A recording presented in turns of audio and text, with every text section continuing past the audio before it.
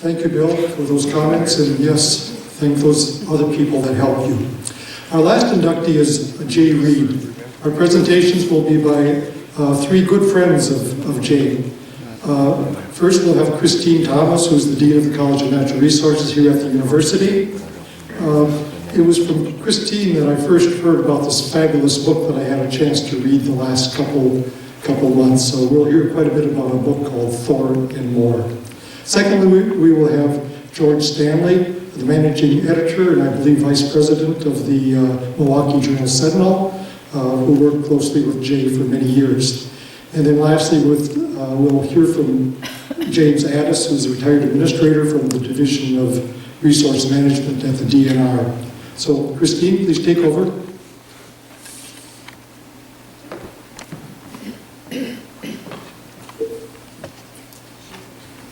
Okay, good afternoon. And thank you for the opportunity to speak on behalf of Jay Reed on the occasion of his induction into the Wisconsin Conservation Hall of Fame. And before I get there, congratulations, Mr. Germain and Bill. You're one of the first people that Dan Trainer introduced me to when I went to work for him. And one of the things we didn't hear today is Bill was a big supporter of the College of Natural Resources through the years. I can't even tell you how many times he was a guest speaker in my and other classes, sharing his expertise with the future resource managers in the world, so congratulations.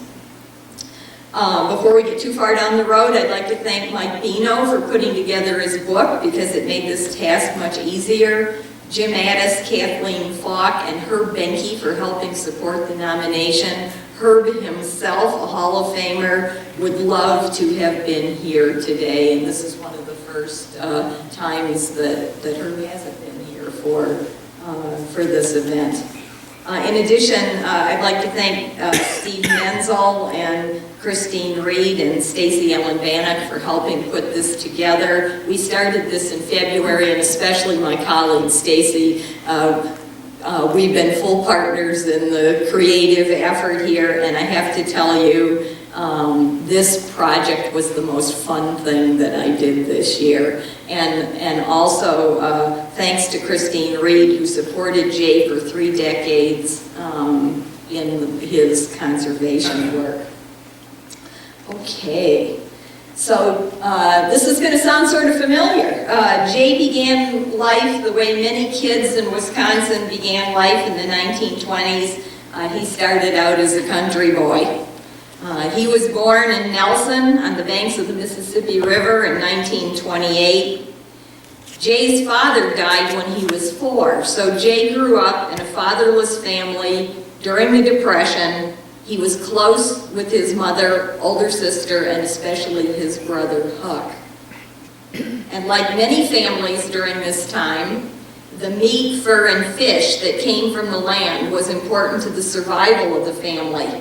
Living on the land and with it shaped who Jay Reed would become.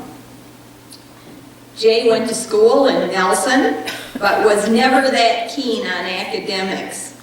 And at the age of 15, he lied about his age, joined the Marine Corps, and went to the South Pacific. And while the war was drawing to a close, Jay did see action in the invasion of the Coral Atolls. And when the war was over, Jay, like many young men, returned, unable to settle back into the old patterns. He had left a boy, and he came back a man. Jay moved to Rockford, Illinois, and worked in a foundry and at a hotel at night tending bar. And along the way, he landed a job writing for the local newspaper, the Rockford Register-Star. He started out sweeping the floor and doing other menial tasks, and as happens in life, sometimes we get to take an unexpected path. Jay got a chance to write an article, this really slays me, about a women's golf tournament, and that story won an award, and Jay was off and writing. And during the early 50s, Jay went back to war in Korea. And when he finally got a chance to return to civilian life, he landed a job at the Appleton Post-Crescent as a police reporter. He covered government meetings also, and eventually he got a chance to write some outdoor stories. And then in 1963, Jay was recruited to write for the Milwaukee Journal-Sentinel as an outdoor writer, and the rest is conservation history. And I'd also like to tell you that Jay's a person who was followed around for 40 years by professional photographers, and Stacy and I have never had the pleasure of working with such great material for a presentation that we put together because of all those professional photographs. So the rest was conservation history. Well, almost all the rest, because in the late 60s, the Journal sent Jay to Vietnam to cover the war. He wrote a series of articles that were highly recognized in that Jay became a finalist for a Pulitzer Prize. And in fact, Jay was twice a finalist for a Pulitzer Prize. But the Jay that we knew and loved was mostly focused over 4 decades on enjoying the outdoors and bringing that enjoyment to us vicariously through his articles in the Journal every week. Thus, Jay's role and the reason he's being inducted into the Hall of Fame today is a little different than the other Hall of Famers, many of whom he knew. Interestingly, in 2000, Tim Isley published an article in the Wisconsin Outdoor Journal, which now doesn't exist, on the 20 most influential conservationists in the 20th century, and with great prediction accuracy, Jay was on that list. This is my honor today. This is the 4th induction talk that I've had the pleasure to give over the history of the Hall of Fame. One of those, of course, was Dan Traynor. And Jay knew some of the folks that were inducted into the Conservation Hall of Fame, probably knew a lot of them. And Dan would have been one that he knew. One of the things that Jay did was help the rest of us do our work. And he helped people like Dan Traynor, who worked with folks in and out of academia to build a world-class natural resources management college in Wisconsin. He didn't know Wilhelmina Labuddy, who crusaded for a myriad of conservation issues at a time when the concept of conservation was really beginning to flourish, but if he had have known her, he would have helped her. He helped people like Herb Benke, who brought practicality and common sense to policy making. Jay helped them do their work because Jay was the entree to the hearts and minds of hundreds of thousands of outdoor Wisconsinites every week, and I have a couple of personal stories. When I finished my PhD and went back to full-time teaching, I was asked by the then chair of the Natural Resources Board to be involved in a statewide panel to look at ethics in outdoor activities and use of outdoor equipment. And that year-long panel wrote a report.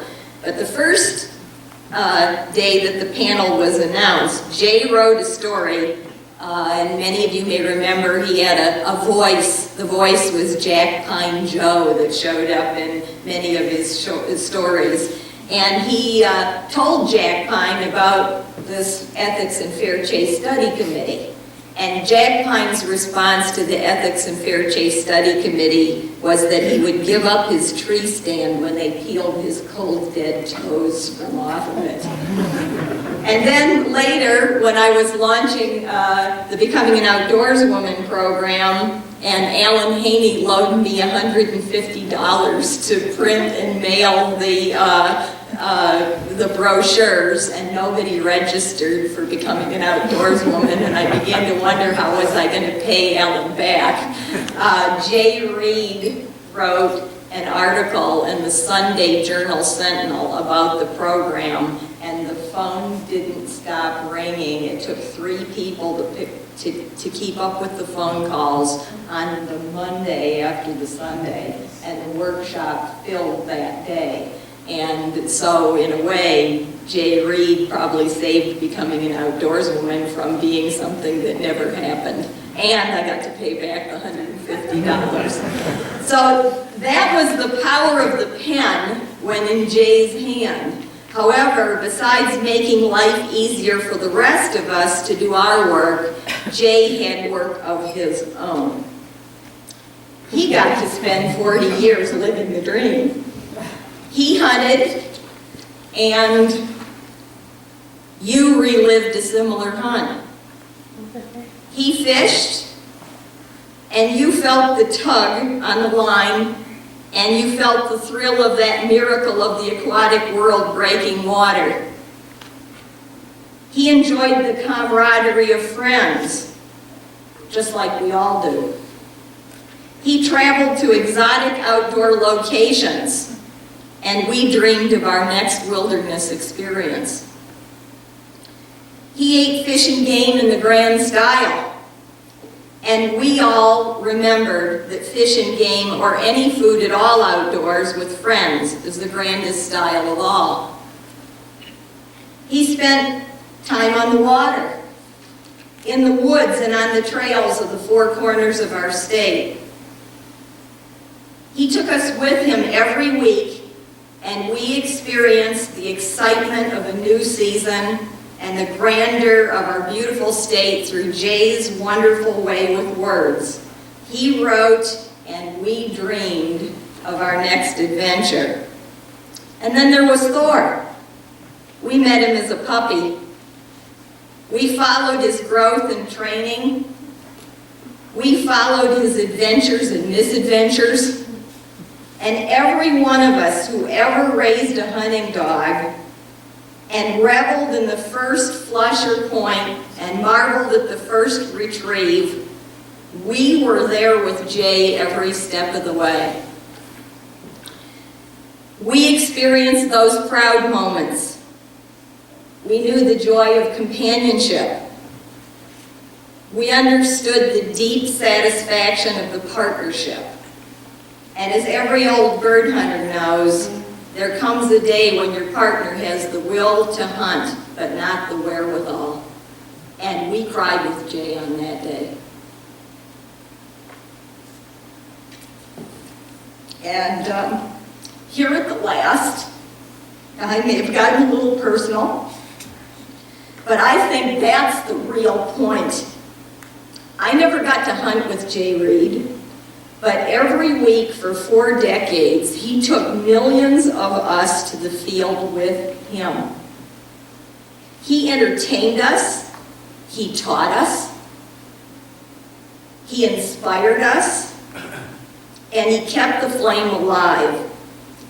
It was personal for everyone that read his column, and that is the real gift of a talented writer. And that was a great service to the world of conservation.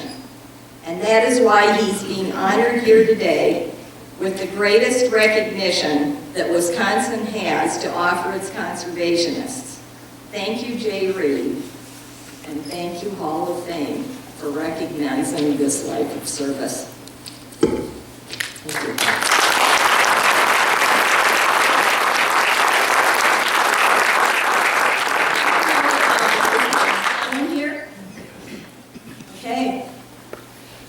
This is George Stanley, who probably knew Jay's professional self better than anyone. Thank you. Thank you, Christine. That was a wonderful tribute to our friend. Jay Reed was a good friend. And I'd like to thank Joe Passano and the Wisconsin Conservation Hall of Fame for honoring him and for inviting me to say a few words in his memory. And Joe, you mentioned earlier how you have to get outdoors to develop a conservation ethic. And I think that's very true, and that's what Jay was all about. That's what I'm going to talk about today. I'd also like to thank Jay's widow, Christine Reed, for the honor of being with you here today. The Journal Sentinel takes great pride in its legacy of great outdoor writers and conservationists. Gordon McQuarrie, my friends and colleagues, Don Johnson, Bob Riepenhoff, Paul Smith, But spanning across the generations of scribblers for nearly 40 years was Jay Reed. Jay did not have a journalism degree or a college degree. He lied about his age while still a 15-year-old boy to go and fight with the Marines in the Pacific. His education, his inspiration, was the natural world, and he wrote about it like nobody else.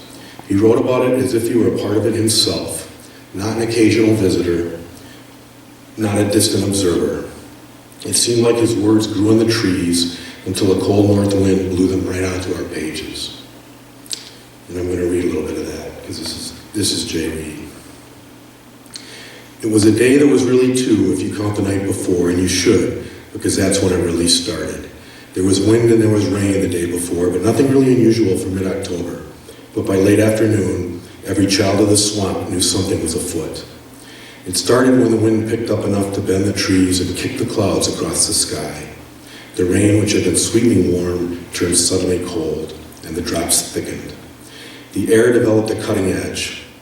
Clothing, already wet with sweat and day-long rain, became chilled bandages for bodies beginning to rebel against the dropping temperatures. You could sense something evil in it all, and so could the birds, because there came about some movement in the sky. And when the hunter downed the mallard to fill his bag limit, he noted the swiftness of his dog in making the retrieve. The message clearly was to hurry and get out of there. Then came the night when it all really began. Safe in the cabin, with the heat turned on to dry wet clothing and boots, the man and the dog listened to the wind drive sheets of rain against the walls and windows. It was coming straight out of the north, and the drops made zinging, pinging sounds as they ricocheted into the depth of the night. Somewhere, sometime during the small hours, it had stopped, because the first thing the man heard when he woke up at 4:30 a.m. was a silence. He put the dog out first, and then he heated coffee water. Then he checked his boots to see if they were dry, and they were.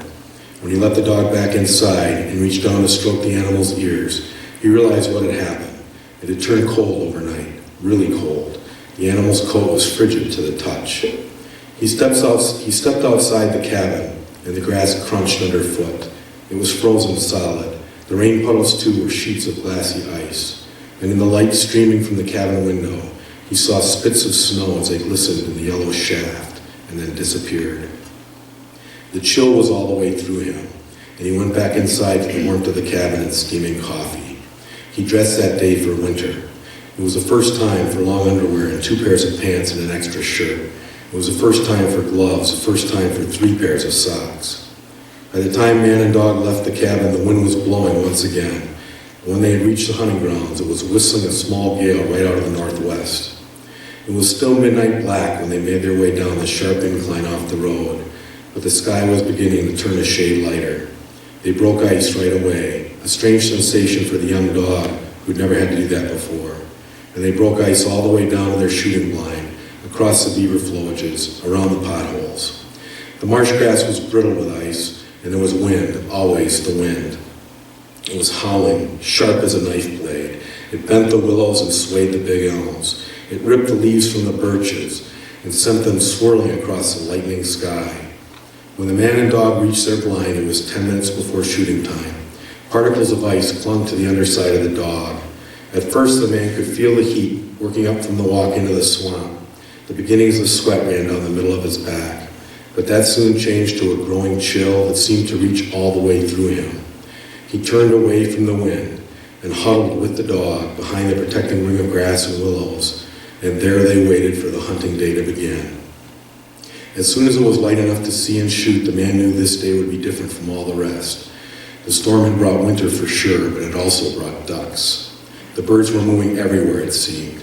At first, none within his range, but he could see them around the perimeter of the lake.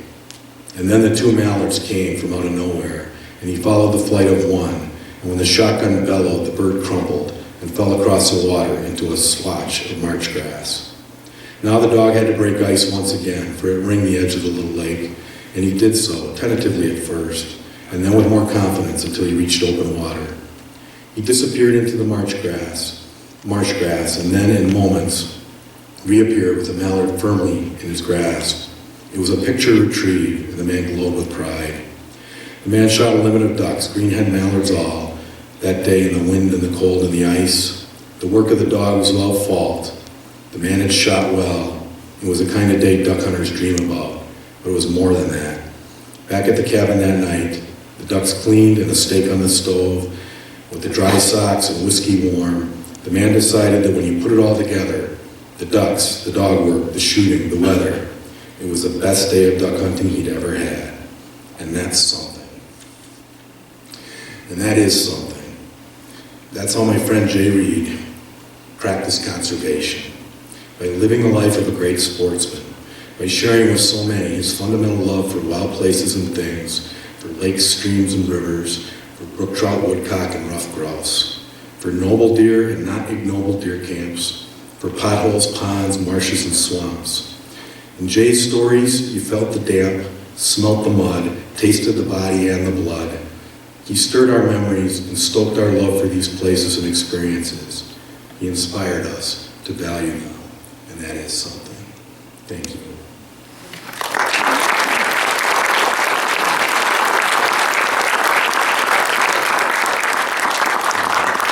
Next up will be our friend Jim Addis, a career wildlife manager for the DNR who retired as Division of Resource Management. Wait for better weather. It gets you all teary-eyed and call you up here, so. I'll be brief. I don't want the DNR employees to laugh about that. Jay was my friend. He was a hunting partner. And it was an unusual relationship because in most cases, the press and the bureaucrat don't mix very well. Buzz Bazad, he used to say, don't get in arguments with people that buy their ink and train loads. But Jay was unique in that we sort of had a pact to start with, that we would keep our business and our private life apart. And that came about after many years of contact. I first saw him at a Great Lakes Fisheries Commission meeting. He was sitting there on the gallery with a bunch of the papers, scribbling in his reporter's pad and leafing through things. And I asked one of the people who he was, and he said it was Jay Reed, a reporter from the Journal. Later that night, he was talking with people at the meeting and various things.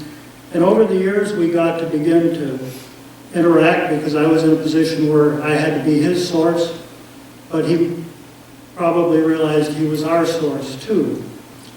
Both of our bosses, I suspect, told us don't get too close to each other. I know that mine said be careful, you know, they got a different role to play. But I think the relationship that we developed helped us do a better job of both of our jobs. When Joe would write a Jack Pine Joe story, I could tell what the feedback was going to be. If we had a proposal out and Jack Pine Joe didn't like it, we had a problem. If he said something favorably, we had an easier route to pass. Wherever we went in the state, we would see people come up to Joe or up to Jay and try to explain to him how they felt and how they proceeded things. And always somehow he condensed that to explain things. He also had a network of fish and wildlife managers and wardens and technicians. And in that network, he got our side of the story, and somehow, when he agreed with it, or when he understood it to where he liked it, he would write a report. He would report it as he saw it. And in those reports, it helped us immensely. The toughest time for Jay and I was during the treaty negotiations, because I had to be secret. I couldn't tell anybody some of the things that we were doing, and he still expected a relationship. And I never will forget that we went from people saying he's trying to promote you to people saying he was attacking me. My point is that when we work with the press, and when the press works with us, it's a joint trust. And that joint trust, Jay understood better than any reporter I ever knew. He felt our pain as bureaucrats, and he felt the pain of the public, and he felt the joy on both sides. I think that I'm going to be finish this up mainly because I think everybody's getting hungry. But I think that someone needs to explore that aspect of Jay's life, his writing, his hunting and fishing, but his ability to see how to connect the hunter and the regulator and the public was remarkable. I'm going to take a privilege, since he isn't here. Christine, he adored you.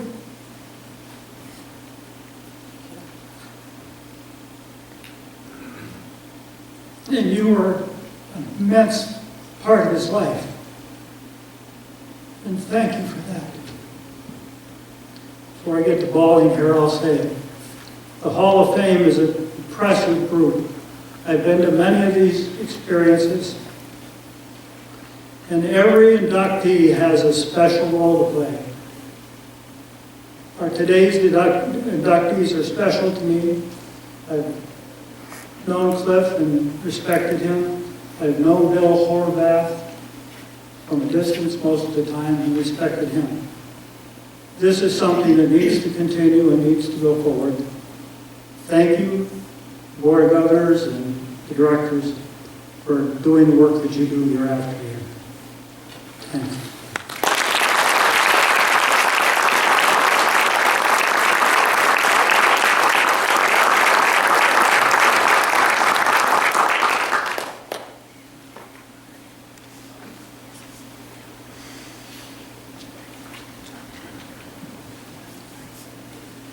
Thank you for those sentimental and very valued comments from three very different perspectives. Oftentimes I find it strange that we can have a reason for it here when we talk about conservation, but these are very important emotional times in the lives of many of us. Just maybe a quick comment about that. The book, Thor and More, maybe Christine will say a few things, but the reading by George was, I think, really excellent. I've often thought that, and maybe, I don't know, did Jay ever write a full novel in a sense, or a full story that kind of builds that whole life, or mostly essays? Yeah, these were actually all stories that appeared in the paper, including his Vietnam one, too, was in the book, too. Anyway, one reason I bring it up is, having read this, most of it just a few weeks ago, there was one essay that brought tears to my eyes in a way. There's an essay in here about the old shotgun, and I think I saw pictures of it for the first time today. Is that right, Chris? It made me go down and pull out a shotgun that I inherited from my father and his father and his father, and recognizing that guns have a way to tie us together to the outdoors and to the things that we love in the outdoors. With that, I'd like Katrina again to come forward and read the legislative tribute. And I think part of what I was going to say is I encourage you to take a look at the book that Jay and Christine have put together.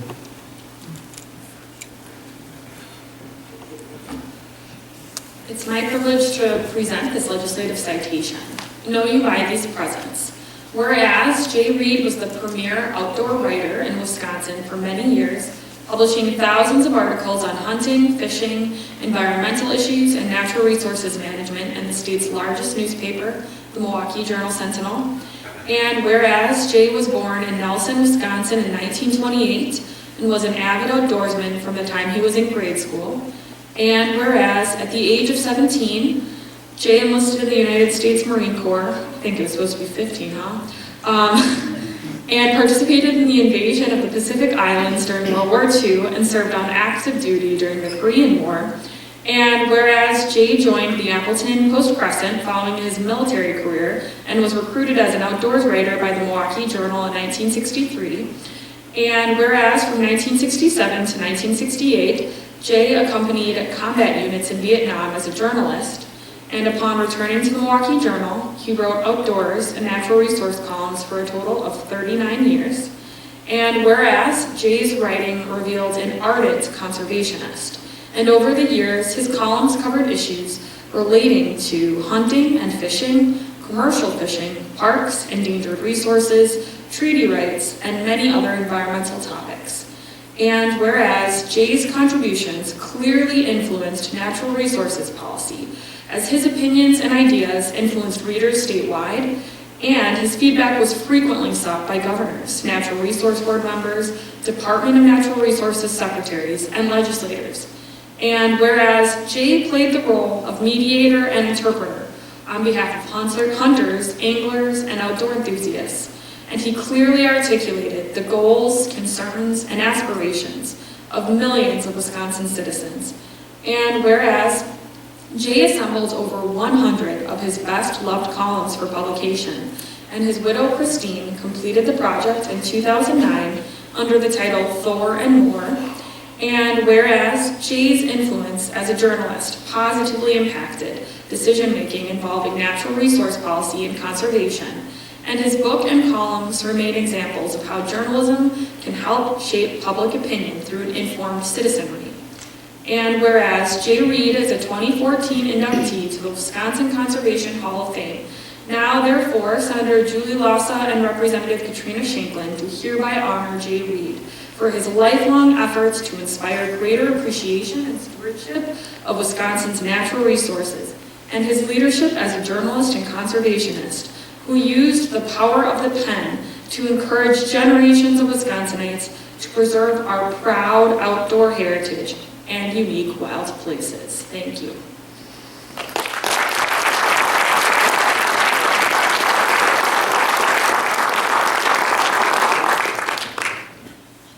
At this time, I'd like to invite Christine Reed forward and to help us unveil the plaque and to say a few words on behalf of Jay.